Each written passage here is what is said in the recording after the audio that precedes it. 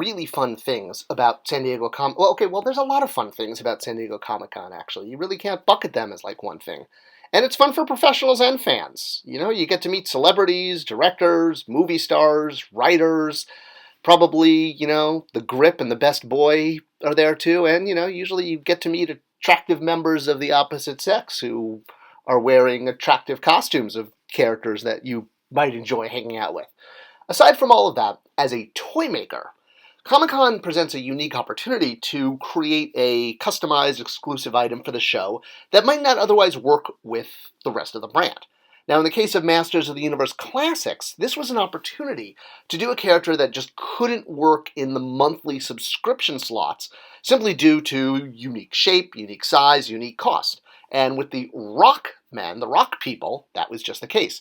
Now, the Rock People, Stonedar and Rokkon, for those newbies or those who have been living under what could you live under? I guess a rock. Yes, if you're living under a rock. Well, they were released in the middle of the line when tooling was plentiful and when marketing was plentiful because the line was making billions of dollars and outselling Hot Wheels and Barbie. So putting 100% tooled figures in the line was pretty easy. Not so much for Masters of the Universe Classics. While we wanted to be authentic to the original figures, we did not have the tooling budget that the vintage line had, especially because, well, when it was at its peak and selling at retail, as I said, with those kind of sales, the more higher your sales are, the higher your sales are, the more tooling you're allocated. Now, the Rockmen, the Rock People, especially Rokkon, this was one of my absolute favorite toys as a kid, like period. Over He-Man, over Optimus Prime, over Darth Vader. I just loved Rokkon and Stonedar, especially Rokkon. And finding a way to get them into the Classics line was a huge priority for me, simply because this was such a joyful figure, a joyful toy as a kid. I just loved the idea that it could fold up into a rock on your desk and be camouflage. Now, because of the tooling issue with all the rock pieces and how we were going to somehow have them turn into a rock, we had to look at a lot of the different ways that the character was shown. And a lot of fans did the same thing.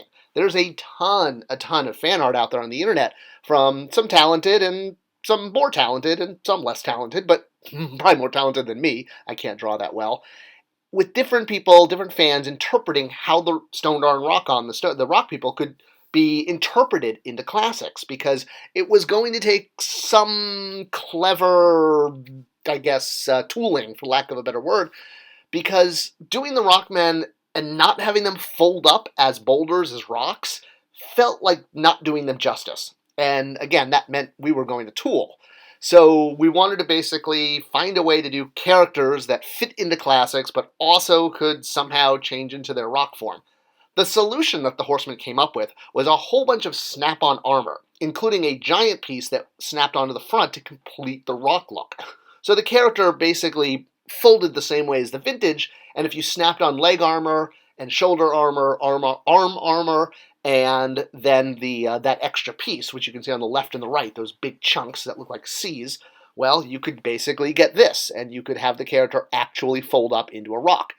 The rock piece that was on the character's back and on their head were permanent. Well, the back one you could remove if you pulled it hard enough. And it was a way to accomplish this, but it was not going to be cheap, which is why we knew this had to be a San Diego Comic-Con item, because even if we did the figures just with the rock armor and left off that final piece to complete the boulder, it was still going to be more expensive than a regular figure, especially because we also wanted to get their accessories, and they each needed unique parts, unique armor, unique heads. We found some shared parts that we could use in terms of arms and legs, but yeah, these guys were expensive to do, and we knew that Comic-Con was our best shot because the price didn't have to be set. The Comic-Con item was not part of the subscription, it was not part of the monthly set. So if we needed to charge more for it, simply because it had more pieces, it had a larger piece count, more play value, more display value, well, that's what Comic-Con provided. And it was great that it did, because I don't know if we could have gotten them out in another way. And doing them as one 2-pack was perfect because, again, you got two rock people, they're linked, and you could get them out in one nice package for fans. Again, looking at the different ways the rock people were shown in media was a big part of the planning, because we were hitting detail problems with the arms and the legs, where different versions had more detail or less detail on the limbs, and we wanted to be as authentic to the vintage line as possible, recreating them for classics, and we basically got to the point that we realized that we weren't going to be able to afford brand new legs to have all of that detail. And we looked at specifically the animated look of the characters and how the leg detail that was on an action figure that was a raised 3D sculpted point was just a, well, basically a piece of color, like those wristbands and the leg bands. In the animated look, they were just done as sort of painted on, more or less, versus an actual sculpted detail. And that was kind of the justification that we used for not doing the leg bands. To tell you the truth, it killed me. Because these characters were so special to me as a kid, I wanted to do them right. And not having the leg bands that you can see both of the vintage figures had, I was like, oh, it didn't feel right. And I was literally given the choice of putting their guns, their accessories in, or having new legs with leg bands tooled. I went with the guns. I had to make the decision. Sometimes, the buck does stop with the marketing manager, and I thought that the guns were more important than the detail on the leg band. Plus, I kind of thought maybe I could get the leg bands out in a future figure, and then they would just slip on. I know, it's crazy. Crazier things have happened. So, as I said, in the animation, those details weren't really there. So, it kind of made it easier to justify it, but this wasn't really supposed to be the animated look of them. It was supposed to be their toy look. And you will notice that there is a third rock person behind them, not just Rokkon and Stonedar. There is another. And that other is Granita, who was the female rock person who appeared in the mini-comics and in the animation. Never had a toy in the vintage line like most of a lot of the females, except for basically Evil Lyn, Teela, Sorceress, and the She-Ra girls. So while a lot of fans would have loved a Granita to be released, didn't happen. And she had all the same powers as Rokkon and Stonedar, of course. She could magically change into a boulder. She could do the signature rock person dance move, which we all know is sticking your arms straight out at the enemy and giving them the, I don't think so, don't go there, girlfriend.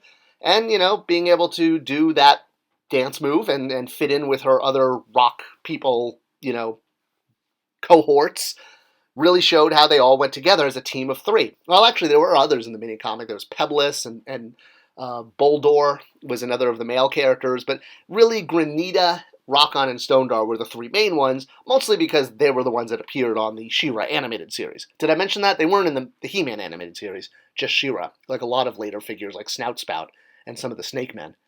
So while we never got a Granita in the vintage line, we did have big plans to do her in classics. And this was kind of a character that was always in the back of our mind because, like I said, I loved the rock people as a kid, and the idea of completing teams is very important to me as a collector and a brand manager. And eventually, Granita did make it out into plastic in the classics line. Not from Mattel, but as part of the 10th anniversary line from Super 7 when they briefly had the license before Mattel took it back to do Origins and Masterverse.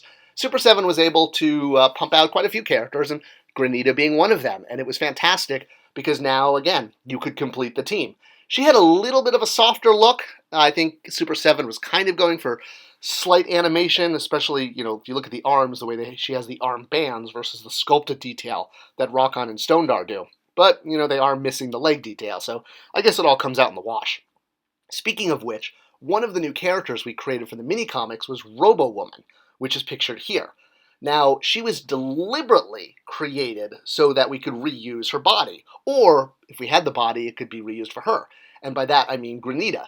So Granita and Robo Woman shared, Robo Woman was designed specifically to use Granita's body so that if we had one of them, we could get a twofer just by doing a new head.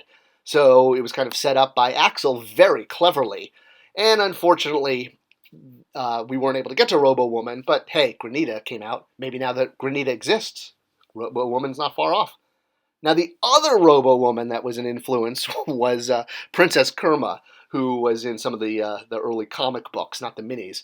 So, of course, now that people know about her and that she's also kind of a robot, they'll just want her too. Not a rock person, but, robot characters are cool too. It's a never-ending character database, what can I say?